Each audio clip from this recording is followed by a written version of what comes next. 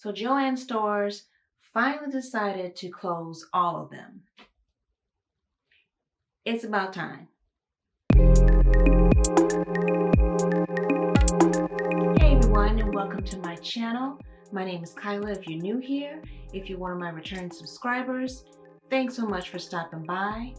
As you can see by the title, Joann has decided to close all of its stores, and honestly, I'm not broken up about it. It's time. I started going to Joann as a child with my mom, and it was great because it was really just focused on fabric with a small amount of crafts. So as a small child, and this was back in the 80s, I was pretty much into just latch hook kits, what I could make with plastic beads, and what I could do by hand. And it was just a great time, spending some quality time with my mom. So it was just the two of us, and it was great. As I got older and ventured into sewing, which I really got the, the urge, or maybe it was just innate to start sewing from my great-grandma. It kind of skipped over my grandma. She wasn't into sewing or pretty much anything domestic. She grew her roses, and she was really good at that because roses are not an easy flower to grow. But that was her niche that she stayed in, and that was it. So she wasn't into sewing and antiquing and fashion and all that other kind of stuff, not like my great-grandmother was. So I think it skipped over from my great-grandma to my mom, who took up sewing and did a lot of things with my great-grandmother. And then it came out in me, which I've probably done maybe the most with it and have been at it steadily longer than the rest of them. Took some courses in high school, took a certification course in sewing at Maryville College, and started working at Hancock Fabrics, which was formerly Minnesota Fabrics, and then they got bought out by Hancock Fabrics. And right after high school is when I started there. Was only there for like 2-3 years. And then this new big brand spanking 2-level extended ETC Joann was opening up in the neighborhood near my parents' home. So I applied, got hired, worked there for about 5 years or so, mainly in the home decorating department. And I did help out with like cash register when needed, and also with the apparel fabrics, which was downstairs because it was a 2-level store and it was huge. And it was one of its kind. And they probably thought that, this would be great for this area because it's upper middle class and there's a lot of children in the area. So we should have a lot of foot traffic. The store did really well. And I think that was when Joann was doing probably its best. There were 50% off coupons all the time, 50% off home decorating fabrics, which is really what drew people to come into the store that I worked at because the entire upstairs was home decorating. And the craft section was huge. And there were a lot of kids in the area. So that made sense for Halloween costumes and different projects that they were doing for school.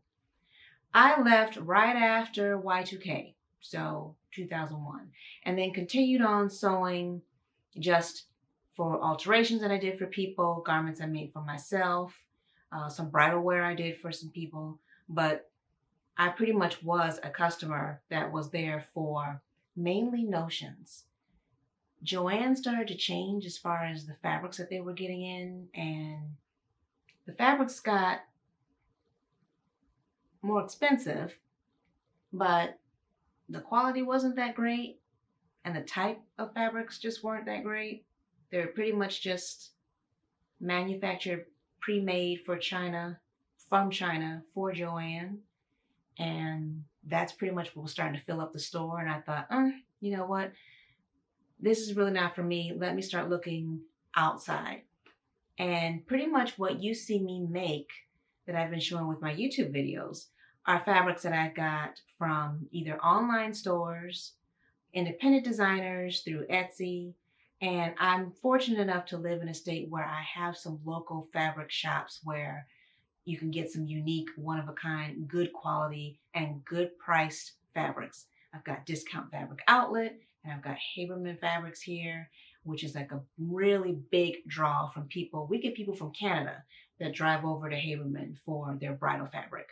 So I'm fortunate in that sense, and I've got a couple of quilting shops as well.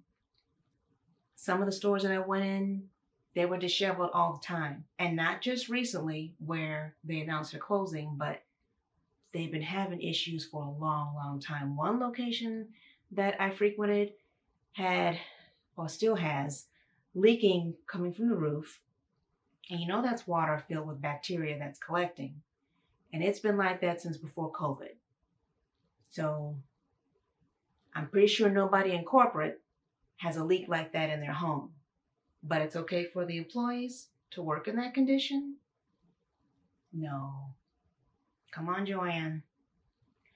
I knew that they were struggling and they've been struggling for a while. So I'm to a point of, with all these big box stores that are closing, because Joann's demise is like so many other ones that are closing up.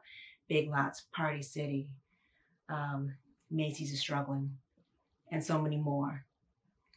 I really want to get into and get back to just promoting and just encouraging and supporting the small business shops. That's going to be my mainstay when I make different garments, is just supporting them. I am hoping, though, that the online stores, which will probably pick up with an influx of more people ordering online, that they would put something in place like giving out, well, not giving out, but where you could order swatches for like $1 or something like that.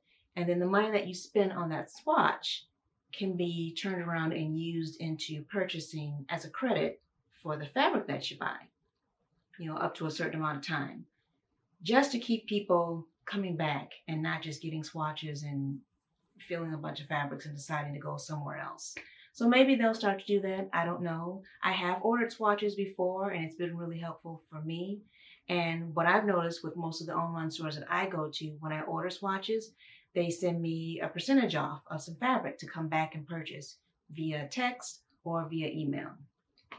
So that'll be my route to take. Small fabric stores and what I can find online. And as far as beginners out there, beginner sewists, I think a good place for you all to really start where you don't break the bank and you really find out if sewing is for you is start with your local thrift stores and upcycle. Taking apart a garment is a really good way to see how it's constructed, and you can turn it into something else. And don't count out the Goodwill stores and different Salvation stores where they have the pre-used items. They get cuts of fabric and sewing items from people's homes that, I don't know if they're just downsizing or a relative has passed and they've moved along, but that's a good way to get some pieces of fabric that are inexpensive just for you to practice on and get your bearings with sewing. So let me show you what I got from the International Gem and Jewelry Show, which was in my neighborhood this past weekend. It's a traveling show, for those of you not familiar, that goes all around the country pretty much every month of the year. And it's a bunch of small businesses under one roof, it's a traveling craft show. And I love it because when these vendors do go back home, a lot of them do have an online business or they'll have an Etsy shop, and some of them even have boutiques. So I like being able to support all these small businesses under one roof at the same time. So my mom and I went on a Friday, which was a really good day to go. In fact, I recommend Friday when the show first starts and the last day, Sunday. Those are the best days because Friday they've got a bunch of deals to pull you in to get you shopping and get you going. And then Sunday is they're trying not to pack up as much items as possible to take to the next place or to go back home with. So they're really willing to work with you as far as percentages and extra items at a deeper discount. So Friday and Sunday, those are good days to go. But we went on a Friday, which was great because people were at work. So it was nice and empty. And I don't know about where you are, but the flu is still rampant around here and it's bad. So both she and I are trying to be careful. I did so well. The first table that I got a hold of had all these beautiful beads that were $1 a strand, $2 a strand, or $3 a strand. And I can't wait to make some multi-layered necklaces, some earrings, a couple bracelets for myself, and my mom got these green beads. I don't know what she wants me to do. I think she wants necklaces, and I don't know. Maybe because St. Patrick's Day is coming up, I'm not sure. But I got a lot of glass beads that I love my shade of brown. Aren't those pretty? I cannot wait to do a multi-strand necklace with those.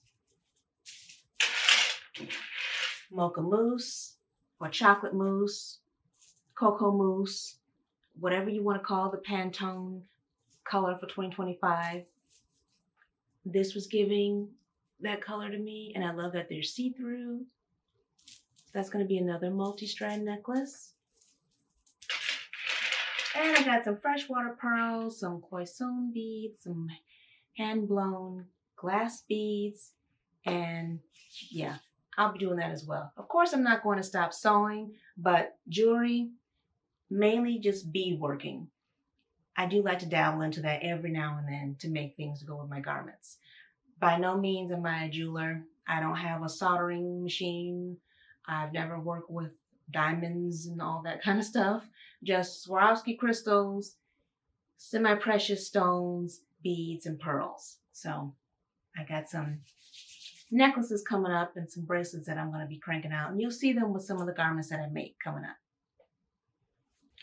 All right. Well, thanks so much for tuning in and listening to my little thought, my little somewhat rant on Joann and their demise.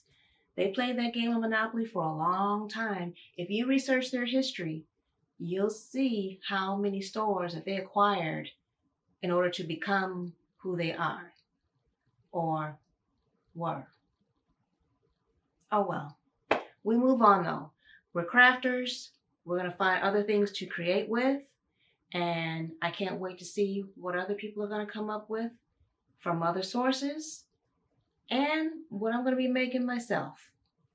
And I'm also glad that I got to share my little items and do a little show and tell with you from all my lovely beads that I got from the International Gem and Jewelry Show. And I'll put their information in the description box below.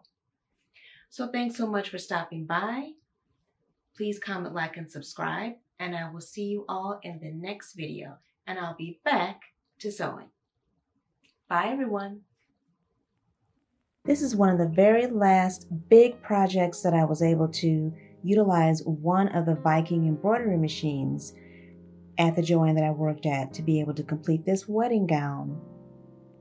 A different type of wedding gown for a client that really, really wanted this look, but knew she couldn't afford the designer pricing. So here is the picture that she gave me of the gown that she wanted. She wanted the one in yellow. And instead of doing the sheer capelets on either side, we just opted to do a veil. And this is what I came up with. And that embroidery, I had to use different embroidery types of pre-designed and pre-arranged motifs and move that along the fabric as I went along. Enough for the top bodice, and I also did that that's the veil next to it that was trailing behind her. This is a close-up of the bottom. A little bit of beading going on.